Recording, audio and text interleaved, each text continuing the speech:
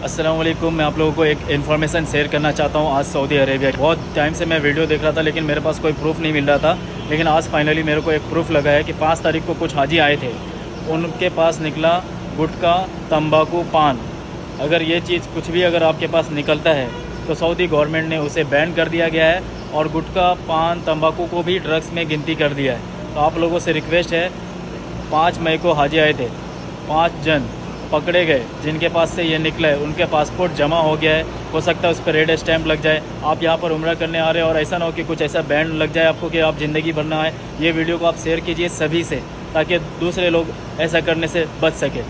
बहुत बहुत शुक्रिया, जज़ाकल्लाह खैर। तो ये सब जो चीज़ आइटम मैंने आपको बताया, ये सब ड्रग्स के अंदर गिनती आ गया है। तो ये सब चीज़ आप लोगों को नहीं लाना है और दूसरे को, सभी को ये वीडियो शेयर कीजिए ताकि वो सब बच पाए इन सब चीज़ों से। दुआ में याद रखिए, जज़ाकल्लाह खैर। प्रूफ आने के बाद ही ये वीडियो मैं बना रहा हूँ, नहीं तो मैं जस्ट सुन रहा था। लेकिन अब मुझे फुल रियलाइज़ हो गया है और सब ने जो है बताया, जो भी एकदम जेन्युइन है।